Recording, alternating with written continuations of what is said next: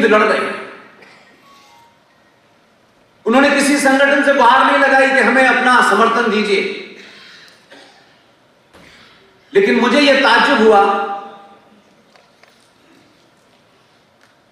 कि दिल्ली से कोई दो एक जोकर यहां आए, किसके कहने पे आए, किसने उन्हें आगे बढ़ाया, और उन्होंने हिंदू पक्ष के नाम पर जो भोली भाली 5 महिलाएं थी, किसी एक के माध्यम से इस लड़ाई को आपस में लड़वाने की कोशिश की। और ताज्जुब मुझे जब हुआ कि जो इस्लाम के मानने वालों का पक्ष था, वही उस तथाकथित जो फ्रॉड कोई आया है, मैंने सुना है यहां आपके बीच में, वही एफिडेविट उसका भी है। और तीसरी घटना, विष्णु शंकर जैन कोर्ट में सुनवाई के दरमियान उनकी हताशा निराशा इस हद तक थी कि मुझे जो खबर दिल्ली में दी गई कि कुछ लोगों ने सुनवाई के बाद विष्णु शंकर जैन पे हमला किया। बनारस में आज भी कोई गद्दार ये करके निकल सकता है जिंदा? इसलिए मेरी अपनी ये पीड़ा थी। मैंने सतीश भाई से कहा, इस पक्ष से जो भी जुड़ा है, वो छोटा है बड़ा है, हमको इसमें कोई इंटरेस्ट नहीं, सबको बुलाइए। हम सामूहिक तौर पर जो कुछ भी हमारी थोड़ी सी ताकत है, हम यहां इसलिए आए हैं कि विष्णु शंकर अकेला नहीं है।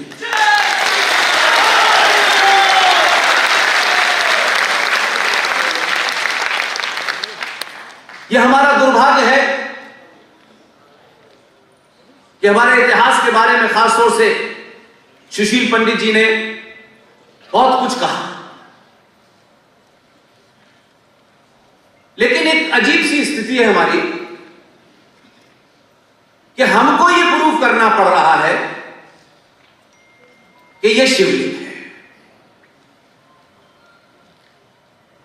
जो इतने लंबे साल से आज तक यह नहीं मानने को तैयार कि जमीन गोल है, वो कहते हैं चपटी है।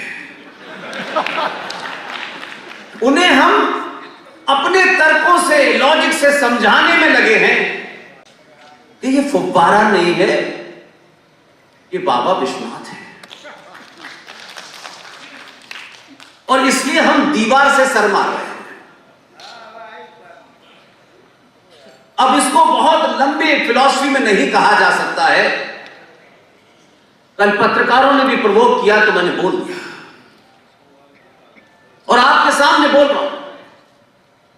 जो लोग 1400 साल से अपने साइज का पजामा नहीं बना पाए, वो फुब्बारा बनाने की बात कर रहे हैं।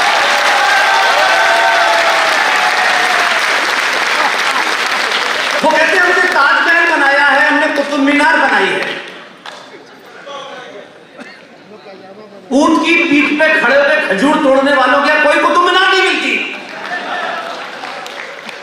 तो एक नैरेटिव कैसे क्रिएट किया जाता है, और एक सब समाज उस नैरेटिव को तोड़ नहीं पाता है, और नैरेटिव के ऊपर सारी ताकत रखती है। आपके पास हजारों नैरेटिव है, इसलिए किसी शत्रु ने आपको उस नैरेटिव में फंसाया हो ऐसा नहीं। इसलिए जब अपनों पे बात हो तो तलखी ज्यादा होनी चाहिए। शत्रु से तो हमको पता है कि वो क्या करेगा, लेकिन जो हमारा अपना है वो क्या कर रहा है, शिकायत उससे है। इसलिए एक नहीं, आपने हमारे जिन लोगों का यह काम था, संतों का, महंतों का, आश्रम में बैठने वालों का, अध्यापकों का, बुद्धिजीवियों का, उन्होंने नहीं किया ये काम, बल्कि सब सत्ता के लोभ में किसी भी तरीके से उस सत्ता में भागीदारी मिल जाए, इसलिए सबने झूठ बोला, इसलिए वो सब इसमें भागीदार है। और आज भी हमारे बीच में खुल्लम खुल्ला कहते हैं, तब भी हम प्रतिकार नहीं करते, क्योंकि हमें लगता है कि अगर हमने इस महान शख्सियत के खिलाफ बोला तो पता नहीं क्या मिलने वाला था, वो नहीं मिलेगा, इसलिए बोलते नहीं। सारे धर्म बराबर हैं, ये हमारे पाखंडियों ने बोला, अभी उन्होंने नहीं बोला। और धर्म शब्द का इस्तेमाल खुद सनातनियों ने जितना गलत किया है उतना किसी ने नहीं किया। उन्होंने अपनी पूरी उस लुटेरी सभ्यता के समकक्ष आपको खड़ा कर दिया, और क्योंकि आपका अपना कोई नैरेटिव ही नहीं था तो आप कन्विंस नहीं थे, तो दूसरा एक पाखंड बोला गया, सारे धर्म बराबर हैं, Islam is the religion of peace, इस्लाम शांति का मजहब है।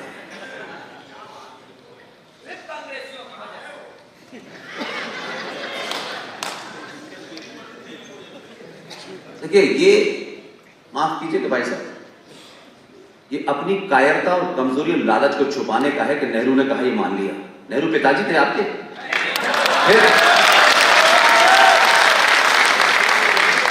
जब भी आप हर बात के लिए दूसरों को ढूंढेंगे, इसका मतलब है कि आप झूठ बोलना चाहते हैं। क्या इस देश में सावरकर का नैरेटिव नहीं था? क्या स्कूल की किताबों से पढ़ने के बाद ही आप ज्ञानी हुए? जो हमारी भूमिका है, मैंने अपने कभी डिस्कोर्स में दूसरों को जिम्मेदार नहीं ठहराया। बहुत आसान काम है। अभी सुशील भाई ने अलीगढ़ का किस्सा सुनाया, मेरी पैदाइश वहीं की है। आज के भारत में हमारी और आपकी आंखों के सामने अगर इतिहास लिखा जाएगा तो हमको भी लोग वैसे ही बुरा भला कहेंगे जैसे आज हम यहां खड़े होकर कहते हैं। और ना कहें, इसलिए यह रास्ता चुना है कि अपनी भूमिका में अदा करें। इतिहास तय करेगा कि हमने क्या किया।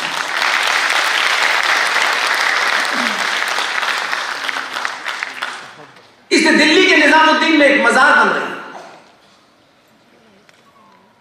उस मजार पर सब जाते हैं। शाह वलीउल्लाह की मजार है। सुशील भाई निजामुद्दीन में रहते हैं। उस शाह वलीउल्लाह ने भारत में इस्लाम स्थापित करने के लिए यहां पर मुसलमानों के साथ क्या हो रहा है उसका बदला लेने के लिए शाह अब्दाली को खत लिखा कि आप भारत आइए। तो ना शाह वलीउल्लाह के साथ समय में था, न मैंने अब्दाली को देखा। मैंने अपनी आंखों से जिन अब्दाली और शाह वलीउल्लाह को देखा है, मैं वो जिक्र आपसे करना चाहता हूं, क्योंकि उस पे आप कुछ कर सकते हैं, शाह वलीउल्लाह पे कुछ नहीं कर सकते। दिल्ली राज का माइनॉरिटी कमीशन, उस माइनॉरिटी कमीशन का एक चेयरमैन आईएएस मुसलमान, उसने चिट्ठी लिखी 10 इस्लामिक देशों को। और 2022 के भारत में संचार क्रांति के बाद भी अगर हिंदू को यह नहीं पता है तो फिर माफ कीजिएगा, आपको कहने का कोई अधिकार नहीं है। सरकारी पद, सरकारी तनख्वाह, उसने खत 12-13 देशों को लिखा कि भारत में एक हिंदू हिटलर यहां आ गया है जिससे मुसलमानों को बहुत खतरा है। आप लोग अपने सत्ता का इस्तेमाल कीजिए। हम उस पद से नहीं हटा पाए। ये 2022 का भारत है। ये राजनीतिक दल, वो राजनीतिक दल, उस पार्टी ने क्या कहा, इस पार्टी ने क्या किया, ये खेल में हिंदू फंसा हुआ है।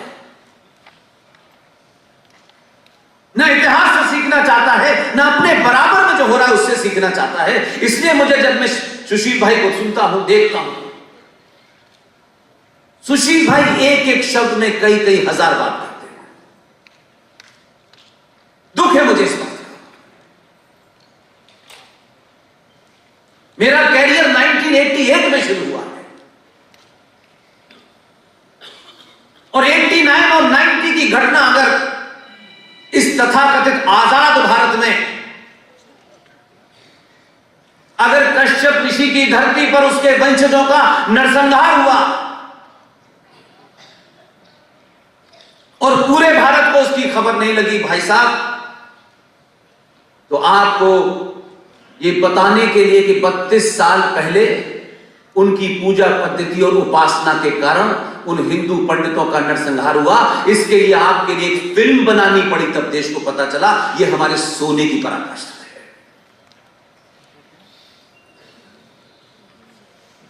इसलिए सिलसिला चल रहा है। हम आज भी सिर्फ भारत मां का नारा लगाते हैं और समझते हैं सब कुछ ठीक हो गया। कभी कभी मुझे शक होता है कि कम से कम आज के दौर में अगर कोई सनातनी हिंदू को मूर्ख बना रहा है तो आपके अपने बना रहे हैं। अदरवाइज हमारी जरूरत नहीं थी, छोटी मोटी नौकरी करके घर चलाते थे, हम भी वही रहते हैं। और कोई हम मर्जी से आ गए हो ऐसा भी नहीं है। हमको किसी शक्ति ने यह करने के लिए भेजा है और हर दिन हमको लगता है कि हमारे अंदर इतना सामर्थ्य नहीं है कि हम 3-3, 4-4 घंटे बोलते रहे, लेकिन बाद में लगता है कि कोई शक्ति है वो करा रही है, हम उसे ईमानदारी से कर पाए, यही हमारा सिर्फ प्रण है। इसलिए आज भी सच को सच अगर सनातनी हिंदू नहीं कहेगा तो ध्यान रखिएगा, जो लोग बार बार ये कहते हैं, हमारे बुजुर्ग कहते हैं, राजनीतिक लोग तो मानता हूं कि वो तो झूठे होते हैं, उनको ये कहना ही होता है क्योंकि उनकी मजबूरी है कि दुनिया के लोकतंत्र के अंदर अगर नेता झूठ ना बोले तो फिर वो नेता कैसा। इसलिए कि लोकतंत्र में आपको वोट लेना होता है और वोट लेने के लिए आपको झूठ बोलना ही पड़ता है। इसलिए मैं सत्ताओं और सरकार से कभी सवाल नहीं करता, क्योंकि हम जिस पद्धति पे चल रहे हैं उस पद्धति से हमारा दर्द दूर होने वाला नहीं है। इसलिए कि हम ये समझते हैं कि सरकार के पास ही सारे दुखों का हल है। हमने एक छोटी सी चीज को इतना बड़ा बना दिया है क्योंकि हम अंदर से कहीं ना कहीं लालची हैं। ये मिल जाएगा, ये नहीं मिल जाएगा, ये रह जाएगा, वो पीछे रह जाएगा, उससे संबंध खत्म हो जाने से वो मिलने वाला था तो वो खत्म हो जाएगा। इस गुणा भाग में लगे। जिंदा कौमें, जिंदा समाज अपनी सामूहिक शक्ति के सामर्थ्य से सत्ता को अपनी चौखट पे झुकाते हैं और कमजोर समाज, लालची समाज, डरपोक समाज सत्ता की तरफ जिंदगी भर देखता रहता है। कहीं कश्मीर होता है, कहीं बंगाल होता है, कहीं अलीगढ़ होता है, मुरादाबाद होता है, मरियानाबाद होता है, सब कुछ चलता रहता है, लेकिन देखो वहां ये नहीं किया, वहां ये नहीं किया, वहां सिर्फ खबरें पढ़ता है और कुछ करता नहीं। जब हीरो चुनने की बात आती है तो हम हीरो के अंदर भी एक अजीब तस्वीर देखते हैं, क्योंकि हमारी संवेदनाएं अलग हैं। इसलिए कितना कन्वर्जन हुआ, किस लेवल पे हुआ, जो सुशील भाई कह रहे थे, लेकिन आज भी तो जो लड़की मुसलमान बनकर के शादी नहीं करना चाहती थी, हरियाणा में निकी तोमर को उसके गोली मारी कि नहीं मारी, हमने क्या किया? क्या प्रक्रिया है हमारी सरकार है ये कह के सो गए। कहीं अंकिता हो रही है, कहीं रूपेश पांडे हो रहा है, कहीं अंकित शर्मा हो रहा है। हम कर क्या रहे हैं? खबरें पढ़ते हैं और फेसबुक के माध्यम से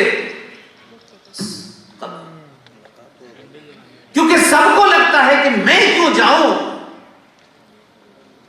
मुझे तो अपने बेटे को बेटी को पढ़ाना है और उसे आईएएस पीसीएस बनाना है और फिर उस व्यवस्था में से अपने बच्चे को लूट का सामान सिखाना है। हम सब अपनी मार्कशीट को अच्छा बना करके अच्छे पद पे बैठना चाहते हैं, विदेशों में चले जाना चाहते हैं, लेकिन भारत भूखंड की रक्षा के लिए कुछ बेरोजगार टाइप के लोग लड़ेंगे तो कोई फर्क नहीं पड़ता है। यह हमारी मानसिकता है। हम भारत में रहते हुए भी अपने घर की रक्षा करने में असमर्थ हैं, इसलिए रास्ते ढूंढते हैं किसी तरीके से, कहीं कोई नया रास्ता मिल जाए, हम इधर निकल जाए उधर निकल जाए। कम से कम पिछले 50 सालों का इतिहास ही बताता है, आप कहीं भी भाग जाइए, कायरों के लिए दुनिया छोटी पड़ जाती है। और जब आप पलट के वार करते हैं और आपको चुनाव करना होता है कि कबूतर उड़ाने वाला चुनना है या चीता उड़ाने वाला चुनना है, तो दुनिया को लगता है कि थोड़ा थोड़ा बदलाव आ गया है। अपने हीरो को चुनने से पहले, ओह इसने तो एक मर्डर किया था, इसके साथ नहीं खड़े हो सकते, हम अपना है तब भी नहीं खड़े हो सकते, क्योंकि कहीं हमारी समाज में छवि खराब ना हो जाए। ये बीमारी है। और हम किससे लड़ रहे हैं? हम उससे लड़ रहे हैं जो मुंबई में बम धमाकों का मास्टरमाइंड होता है। जब उसे फांसी होती है तो उसके जनाजे में 5 लाख लोग होते हैं। न उनको अपने साथी पंडित जी का ध्यान आता है, न सिन्हा साहब का ध्यान आता है कि हम उनके सामने क्या जवाब देंगे कि एक आतंकी के जनाजे में हम गए थे। लेकिन हम तो दरवाजा बंद कर लेते हैं, हमारे बीच में से कोई बहादुर अगर किसी जिहादी की हत्या कर देता है, हम नहीं चाहते। आप जिन चुनौतियों से लड़ रहे हैं वो आपको पता तो है, ऐसा नहीं है। और ऐसा भी मैं नहीं मानता कि आपको बोध नहीं हो रहा है, लेकिन एक बहुत बड़ा सेक्शन है जो आजकल आपको जगह जगह, चौराहे चौराहे, गली गली, मैंने सुना है बड़े सारे प्रकल्प चल रहे हैं कि कैसे इस जागते हिंदू को मूर्ख बनाओ, क्योंकि आप जाग गए तो उनकी दुकान बंद हो जाएगी। हमें बताया जाए, हम इस भाईचारे को 700 साल से झेल रहे हैं, और जब हमें यह बोध हो गया कि भाई कौन है, चारा कौन है, तब फिर लोग चल दिए घर से निकल के। नहीं नहीं, गले मिलना है, नहीं नहीं तुम्हारे भाई हो, वो कह रहा है नहीं हो, नहीं नहीं उसके गले में घुसे जा रहे हैं भाई। इससे आप अपनी वर्तमान में जो आपकी शक्ति दुनिया को दिखाई दे रही है उसको गिरवी रख रहे हैं। यही समय है जब यह जागरण इतना कर दिया जाए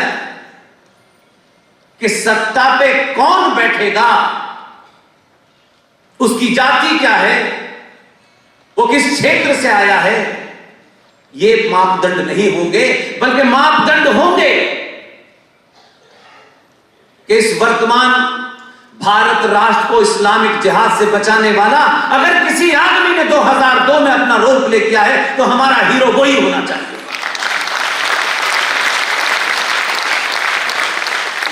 इसलिए पब्लिक डिस्कोर्स में इंटेलेक्चुअल, खासतौर से संपन्न परिवारों के लोग इन बातों पे ताली बजाने से भी कतराते हैं। कहीं वीडियो में कोई देख न ले कि ऐसी बात पे आप भी ताली बजा रहे थे, क्योंकि उन्हें तो इस्लाम भाई के घर पे सेवैया भी खानी है।